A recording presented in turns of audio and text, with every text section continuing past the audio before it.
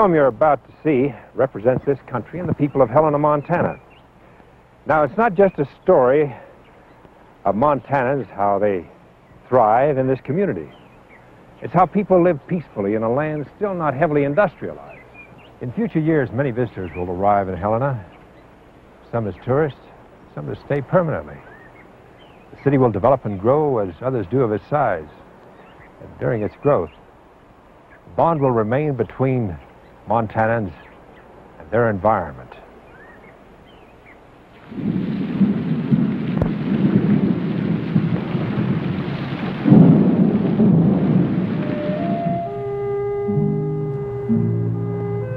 We hadn't seen the sun for days, but now its warmth lifted our spirits. Stanley's my name, Bob Stanley. Like a lot of other men before me, I was looking for the big strike, but no luck so far.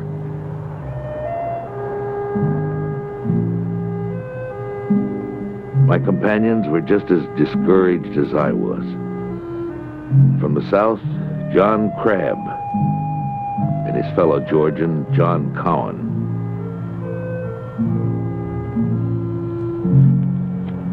From the goldfields of California, D.J. Miller. Our supplies were short. We had to keep moving.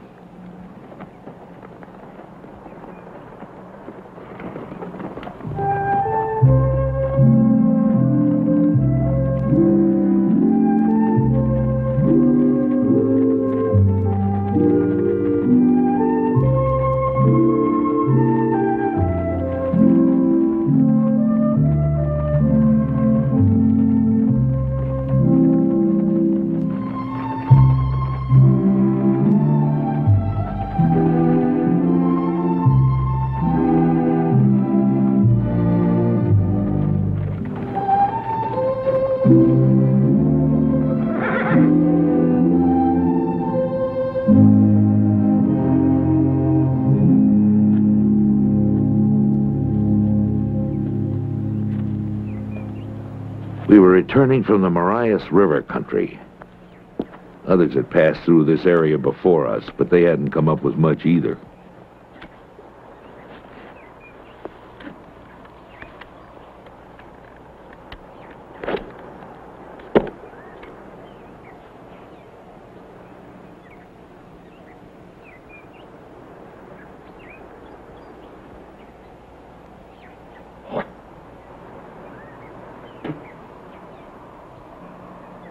There was no mother rock in sight, and the valley looked no different than hundreds of others. But somehow I had a different feeling about this country. I guess I knew it was our last chance.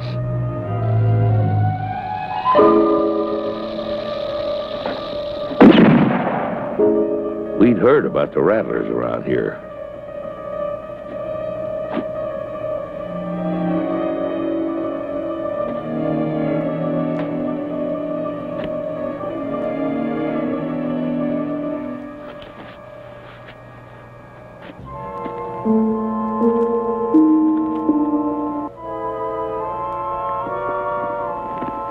A good-sized one.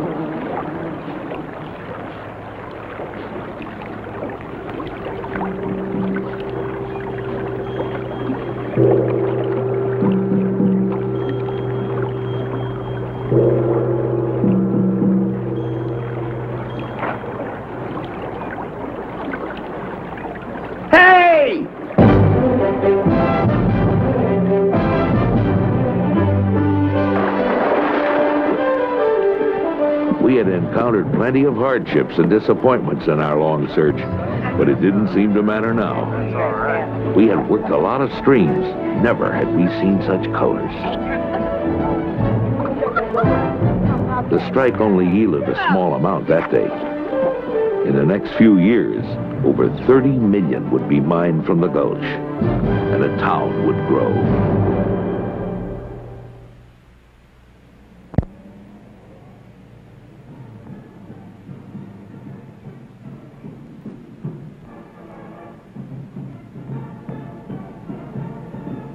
My appearance may seem strange to you.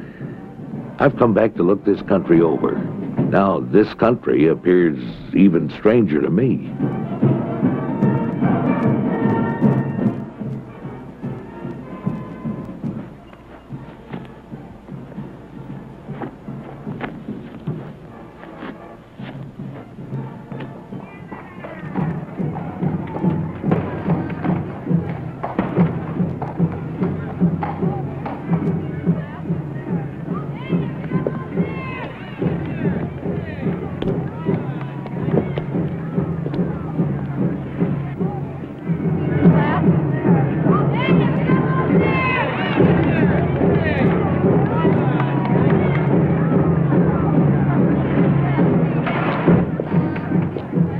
It wasn't long before I discovered a plaque in memory of our strike.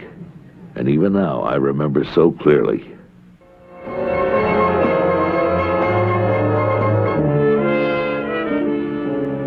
A lot of strangers showed up.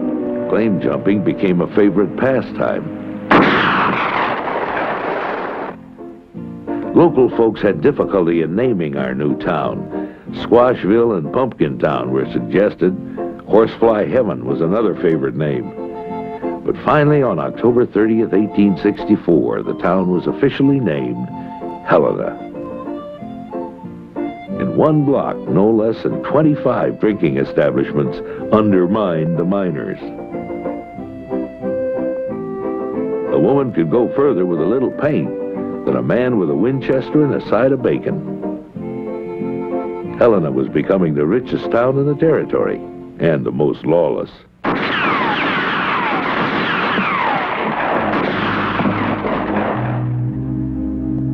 To discourage lawbreakers, vigilantes were formed.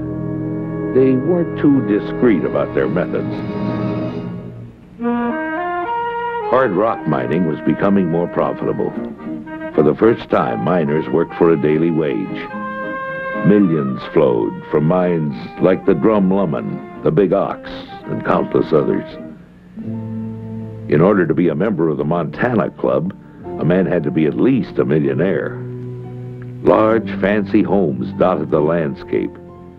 One old-timer complained, you could walk yourself sober just trying to find the front door. Downtown Main Street displayed some of the finest architecture in the Northwest. Speaking of fancy buildings, the Broadwater Hotel was really something. The natatorium housed the largest indoor swimming pool in the world. In less than 50 years, Helena had grown from bedrock to the most fashionable town in the West. Today, Helena has come a long way from the flapping canvas of a miner's tent. Cradled along the eastern slopes of the Rockies, Helena is still experiencing a steady growth.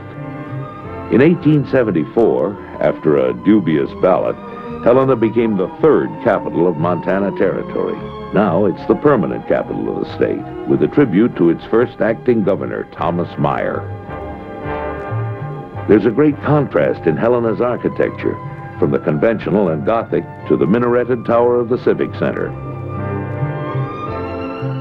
A special tour train enables visitors to look over Helena's main street, Last Chance Gulch, still dominated by the majesty of the 19th century.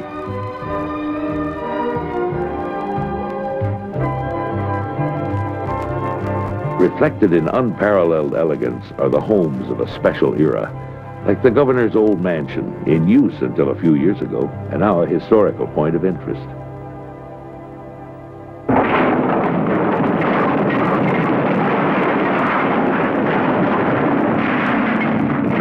Helena's going through a time of change. A number of older buildings are being replaced by structures of a modern city. Another attraction for Helena visitors is Reader's Alley. Its small shops offer original art, historical artifacts, many antiques, and fine food at the Stonehouse restaurant.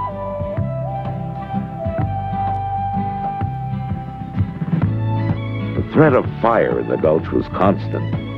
The fire tower still remains, pondering yesteryear.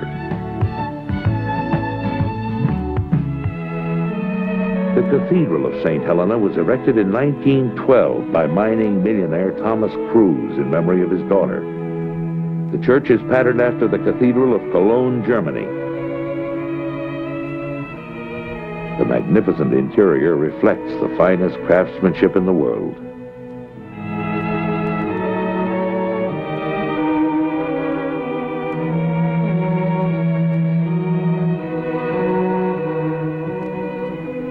Carroll College, named after Helena's second bishop and dedicated by President Taft, has become the community's higher educational center. The school offers a progressive scholastic curriculum and a competitive spirit.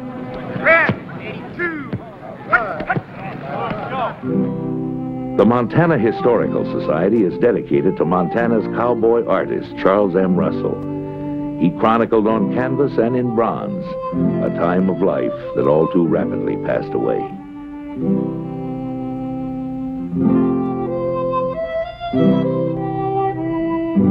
Also housed in the museum is the Tau Antique Ford collection. And 13 buildings make up Territory Junction, complete with actual objects of goods and services available at various business establishments in the 1880s. The saloon is typical of those I remember, where an evening sometimes ended in frayed tempers and a crease that went deeper than the one in your hat, usually the result of a questionable wager.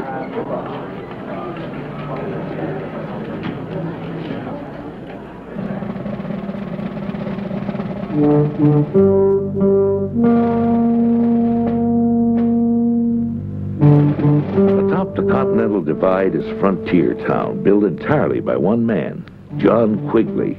I'd heard he's a little ornery.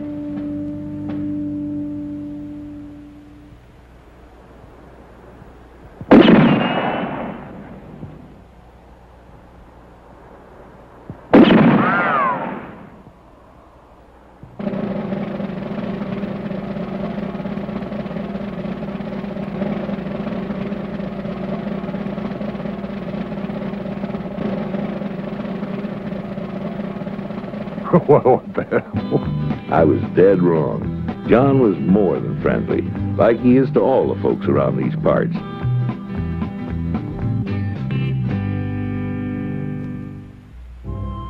The big strike at Helena wasn't the only one. There were others. Most are not much more than a memory. And yet there are people who still recall how it was. As I remember, it was about 1893 or 4. The entire town turned out to see the first NP train pull into Marysville.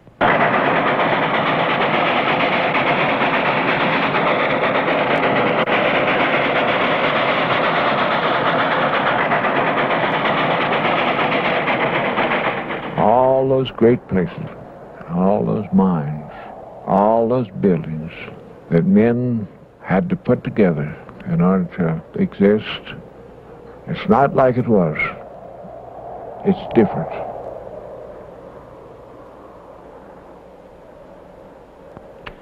The deep shafts and long tunnels are still here, just scars. But the mirage has faded. The country around here is mineral rich, so it's only natural for a man to want to scratch the surface for another of nature's rare jewels, sapphires. One of the Earth's most